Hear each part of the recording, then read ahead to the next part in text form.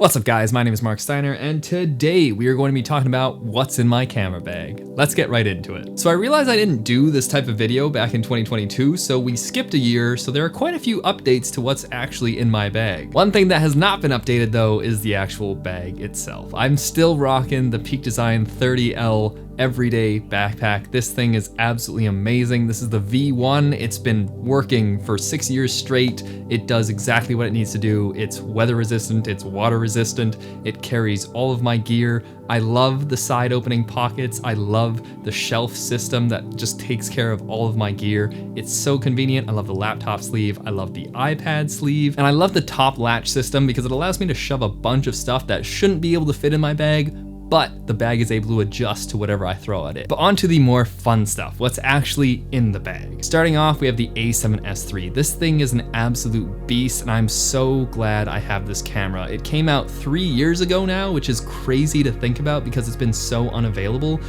But this thing is an absolute beast. It's that low light king. The ISO of 640 and 12,800 just makes it the most versatile camera for any situation. If I need to go shoot a video and I have no idea what the lighting situation is gonna be like, I know that I can get usable shots out of this thing. It has a great readout speed, so the rolling shutter is non-existent, which is really, really good for stabilization, but also looking clean. You have that 10-bit footage and it just looks so good. You can do so much with it in post and when it comes to grading. And then of course you also have all the benefits of the new camera, like the better build quality, better ergonomics, as well as the better autofocus and that wonderful flip out touchscreen.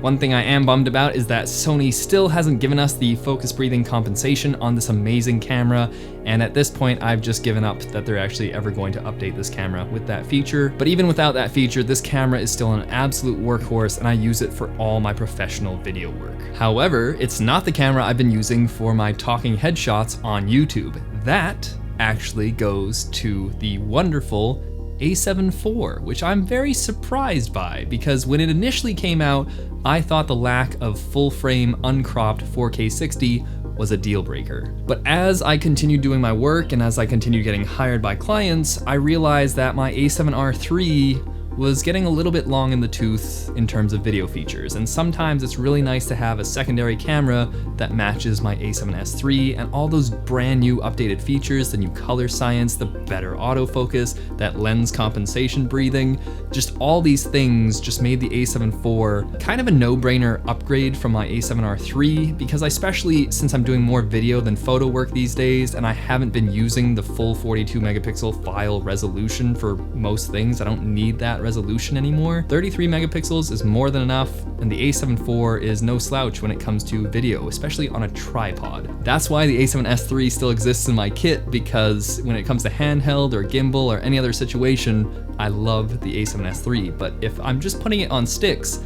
the A7 IV is an amazing video camera, especially because it has that 7K oversample, so that 4K is just crisp. And then of course on the photo side, you're getting those 33 megapixel stills and they just look absolutely amazing. It's so convenient and I love this camera. And honestly, that cropped 4K 60 was not as big of a deal as I thought. It still would have been nice to have uncropped 4K 60 though. Both of these cameras feature the updated CF Express Type A card, and I have a 160 gigabyte version of this card. This thing is absolutely amazing, and if you're getting one of the newer Sony cameras and you're shooting video, I highly recommend one of these CF Express Type A cards because they are just so fast, so reliable, and it's great, especially with these new codecs for the high quality speeds. It's just, you need one of these cards. And because I'm not made of money, I have a regular SD card in my secondary slot on both cameras, both with a SanDisk as well as with a Sony TUF card. And of course, powering this entire operation is the NPF Z100 battery. This is what both my cameras take, and I have 4 of these to make sure I always have power. Up next, we have lenses, and there are 2 new additions this year, which I'm very excited about. Let's start with the stuff that hasn't changed. This is the 20mm 1.8G, which absolutely is just such a great lens. I initially got it as a vlogging lens because that's what I wanted out of this lens, but the more I use it, the more I realize it's such a versatile, unique,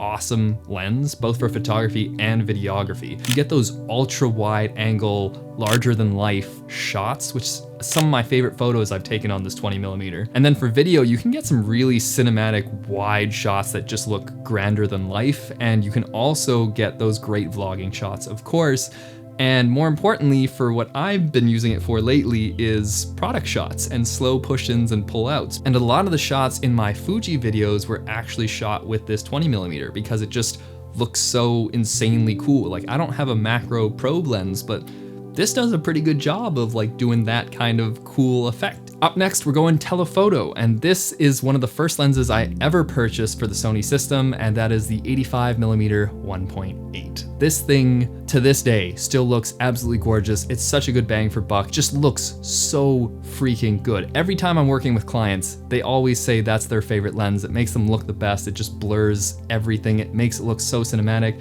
When I'm working with models or I'm doing my fun YouTube videos, they always say like that lens is what looks the best, and I just love it. I know a lot of people on the internet give 85mm a bad rep because it just gets boring and whatnot. It's so like, but I love 85mm. You point it in any direction, it's just gonna look so freaking buttery smooth, gorgeous, and cinematic. Now onto the new lenses that I've acquired over the past year or so. The first would be a replacement to my old Sigma 35 1.4. It is still a 35mm 1.4, but this time it is the Sony G Master version. And this thing is absolutely crisp. It is so sharp, corner to corner, even wide open. This thing looks so good. The bokeh is just clean and pristine and looks great. It's so good in low light. The autofocus is absolutely amazing. For photo, this is honestly the best 35mm on the market. I think this looks absolutely gorgeous. For video, I still think it looks absolutely gorgeous, but the issue is that with the focus breathing, it can kind of take you out of certain shots because the focus breathing is quite bad on some of these lenses.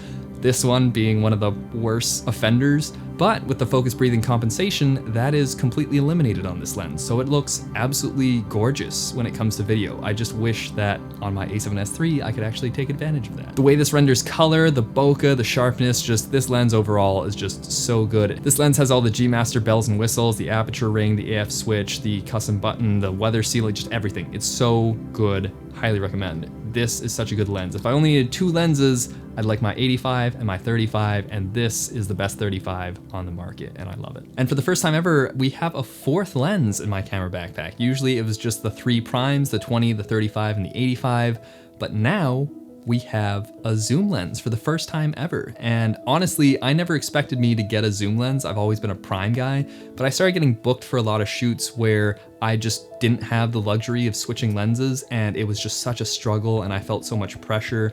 And I just kept thinking to myself, if I just had a zoom lens, all my problems would go away. And that's exactly what I did. I bought the 24-70 GM Mark II. This thing is an absolute beast. And honestly, I don't know why I didn't get a zoom lens earlier. This thing has more than paid for itself, and the peace of mind of the weather sealing and the quality is just so good. This thing is honestly replacing my primes. That's how good this lens is. It's just, I can rely on this incredibly well. This lens is just a workhorse, and I get it now. You know, like this thing has all the G Master bells and whistles as you'd expect, but it's just the autofocus is tack sharp and it just gets you so fast. There's basically no focus breathing, which is so gorgeous. At 70mm, the bokeh is just perfect. At 24, like everything about this lens is perfect. Having a lens that's this versatile in so many different ways, like both for photo and video, I literally have not taken it off my camera since I bought it, like almost 8 months ago now, which is absolutely crazy.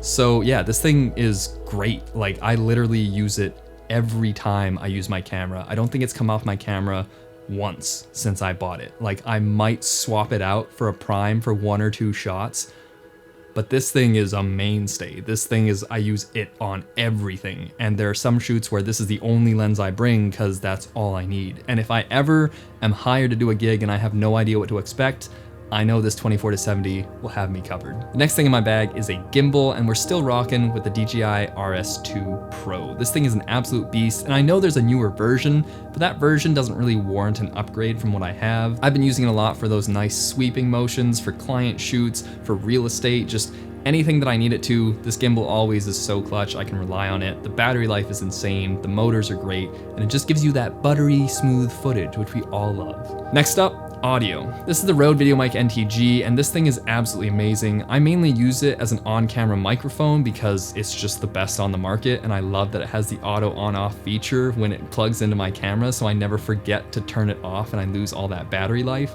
But it's versatile because it's a USB-C microphone, so that means you can plug it into your iPad, to your computer, and use it as a microphone for everything. So if I only needed to have one mic, this would be it. It has absolutely great sound quality and it has absolutely amazing battery life. I only charge it very infrequently, so I know that I can rely on it, and it has a lot of features built into it if I ever need to adjust certain settings, but usually I just leave it on the right volume. I don't have any of the crazy settings on, and it plugs into my camera and gives me beautiful, beautiful audio. Up next, we have the Tentacle Sync Track E. Now, I know in the world of wireless audio, there are a lot of good options right now, like the DJI mics and the Rode wireless mics, but I love the Tentacle Sync because one, it's a 32-bit float track recorder, which is just absolutely amazing. So you're getting that raw audio that's basically unclippable. You have to be really dumb to not get, it's basically foolproof, you know? Like, you're guaranteed quality audio. If you underexpose or overexpose, you can recover it, and that's an insane thing to think about. But the main reason why I love this is because it's a recorder, not wireless. So that means that I never have to worry about interference or something happening where the audio just doesn't transfer over, because that would be my worst nightmare. If I'm recording a client shoot and we get all the takes, I come home and I'm looking at the footage and I have to tell them, hey, I just don't have audio for this portion. You just can't do that as a professional. So this is peace of mind. You get that really, really, really, really high quality recording, and I just absolutely love this thing. The last piece of audio equipment I have is the Deity S-Mic 2S and the HD-TX. The S-Mic 2S punches way above its price point, and although it doesn't compete with something like the Sennheiser MK series, it is really, really good. It's built like a tank, you know you can rely on it, and it sounds great, especially for what I use it for, which is indoor recording. The HD-TX is this small, super powerful 24-bit recorder, and it just works. I just put it on at the end of my microphone and put it on a mic stand. It's convenient, it's small, it fits in my bag super easily, and I don't have to worry about anything. That 24-bit is very flexible in post-production as long as you're getting your audio correct, and it handles my EQ perfectly, and I sound really, really good. And I love that this small audio package comes in at an affordable price point and just has lasted years and years and years and will continue to do so. Now onto storage. I'm using a WD Passport 5 terabyte as my long-term storage, cold storage solution. So footage and photos that I'm not editing currently, that have already been edited and archived and I don't really need to worry about, that's great. It's cheap, it's like $100. You put all your footage on it and it just keeps it, and it's reliable. I'm not editing off this drive. That's not what this purpose served. It is too slow for that, but it's great for just storing stuff. Moving on to something a little bit faster, I have the Samsung T7 solid state drive, and this is just old faithful. I love this thing. It's not the fastest thing on the market. I actually recently upgraded to the SanDisk 4 terabyte, which is 2 gigabytes per second read-write speeds. And that thing literally failed on me within the first week. So when I'm doing client critical work, I can't just have a hard drive fail on me. And from what I've been seeing across the industry, a lot of creatives have been saying that these SanDisk drives are just failing across the board. So I'm not going to trust this with any of my crucial footage. I'm keeping all my important stuff on the Samsung T7 because for years now, it has been so reliable and I've never had any issues whatsoever on this drive. That 1 gigabyte per second read-write speed is more than fast enough to edit off of, but because of my next new addition to my camera bag, I actually haven't been using this to edit off of. And that brings me to the M1 Max MacBook Pro. This thing has been one of the biggest game changers of my entire life. Yes, I know there is a newer M2 Max out right now, but the difference between the M1 and the M2 is negligible, and I'm not spending another $6,000 to upgrade for a little bit faster. This thing is still the best deal around, and honestly, I would recommend this over an M2 just because the price value is so much better. You get that beautiful high resolution 120 hertz screen with those inky blacks. It's just so great for color work as well as just watching beautiful cinematography in YouTube. It's great for content consumption, and it's just so great for video editing, you know? Like, let me put this into context for you, right? My Intel-based MacBook Pro, when I wanted to export a video, it would take between 1 and 2 hours for a 10-ish minute video. Now, when I'm exporting on my M1 Max, That export time is between 12 and 16 minutes. That is a game changer. That's the difference between me putting my computer on and leaving the apartment and me going to get a snack and it's done. You know, like that's crazy. That is crazy. That's that amount of time saved. That's the difference between Intel and M1, you know, like that's crazy. The M1 Max has that crazy GPU as well as the H.264 and H.265 decoders, which is why it's such a blazing fast machine when it comes to video editing, and I absolutely love it. Of course, we got so many ports back on this great computer, like the MagSafe and the return of the SD card slot, but even with those return of the ports, sometimes you still need a dongle, and that's where this Anker 5-in-1 comes in. I use this thing mostly to transfer files from my micro SD card, but it's always nice to have if you want to expand your I/O. But even this dongle doesn't have every port that I need, and that's because I'm using the A7S III and the A7 IV, which have the CF Express Type A card, so of course I need a CF Express Type A card reader, which is great. Honestly, I love this thing. It's built like a tank. It takes both CF Express Type A as well as SD cards, so I can use it on all my other devices as just a regular SD card reader. And the transfer speeds are honestly insane. I'm getting over 100 gigabytes in less than 5 minutes, so that's crazy. Next up, we have pieces of glass that go in front of your lenses, and they're really expensive. I currently have two ND filters that I use on a regular basis. The first is the Peter McKinnon Variable ND Mark II. This is the 2 to 5 stop mist filter, and I absolutely love this thing. I love that the mist is built into this filter, so I don't need a filter stack, and I love that the rubber cap on here comes with it. It's just so convenient, and it just makes your footage look good. The next variable ND filter I use is one from Freewell, and this is a 2 to 5 stop as well. It's very versatile. I absolutely love it, and the only reason why I got it is because I needed a variable ND that was large enough to fit the front filter of my 24-70 GM. So this is dedicated for that lens, and it does everything it needs it to. Honestly, what I wanted out of this variable ND is the cleanest possible image with no color shift, and I think this achieves that. There's no real green or magenta color shift, there's no blue or yellow, there's no crisscross. It just looks clean, straight out of camera. And especially when I'm doing client work, I don't always want that mist, so I can filter stack if I so wish. Just having the most cleanest, aesthetically clean image out of this thing is great. Now on to the more creative filters. I have the Hollywood Blackmagic quarter strength filter, and I absolutely love this. I loved it so much I bought it twice. One for my 67mm lenses and one for my 24-70. This thing just looks so good. It makes your videos feel more filmic, and I really like the halation and the bloom on this. It makes lights just look great. It really softens the skin out, makes everything good without raising the shadows and completely obliterating your contrast. This next lens filter is one you're probably familiar with, and this does happen to raise your shadows and completely obliterate your contrast. So if that's the look you're going for, the Pro Mist quarter strength filter. I love this for photos and certain videos. I'm not using it as much in my rotation as I used to. I tend to use the Hollywood Blackmagic more frequently, but this still has a place when I have a very specific look in mind. The way that it just makes skin tones look in the proper lighting and just softens the image is really nice. Next up, we have the Aperture MC. This tiny light is so powerful and I absolutely love it. I just throw it in my bag and I know that if I need it, it's there. And I use it on quite a few of my shoots, especially at night. I love using it for night photography. You can really light your subject with just this small light and get your camera settings right, especially when there's no light around. So you can really make your subject pop, which is great. And then for video shoots, because of that magnet, you can just throw it up anywhere that there's metal, which is quite a lot of places in the world we live in, and it lights your model. This small light can just make a world of difference when you're shooting run and gun video. This thing is RGB, so of course you can get any color you so desire out of this thing, but it also has tungsten to daylight and everything in between, so that's really, really nice that you can calibrate for whatever you're shooting. Next up, headphones. When I'm not listening to music on my AirPods Max or my Sony XM5s, I need something that's a little bit more flat and less colorful to edit my videos with, and wired is the best way to do this because wireless is just such a freaking pain. And that's why I got the Rode NTH 100 headphones. These things are great because they give such a flat, uncolored profile that you can really dial in your settings and get that EQ and the volume where you need it to be when you're video editing, and that's exactly what I need for these headphones. Also, I decided to get the hot pink accent cord, which I absolutely love.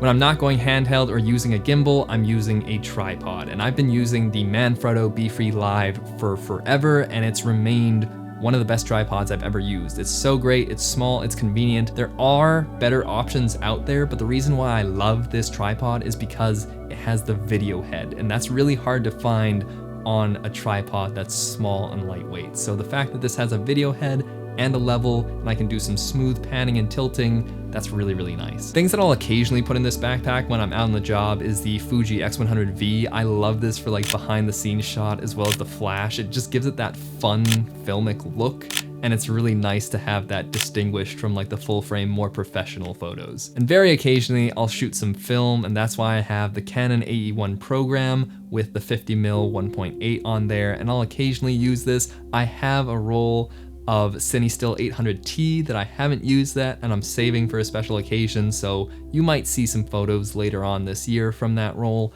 But that's basically everything that's in my camera bag. I know it's a lot, some things have changed, some things haven't, but that is what I use on a regular basis to get my job done and to make these YouTube videos. So I hope you enjoy. Let me know in the comment section down below if there's something you think I should pick up or if you liked this video. My name is Marc Steiner, and I'll see you next time.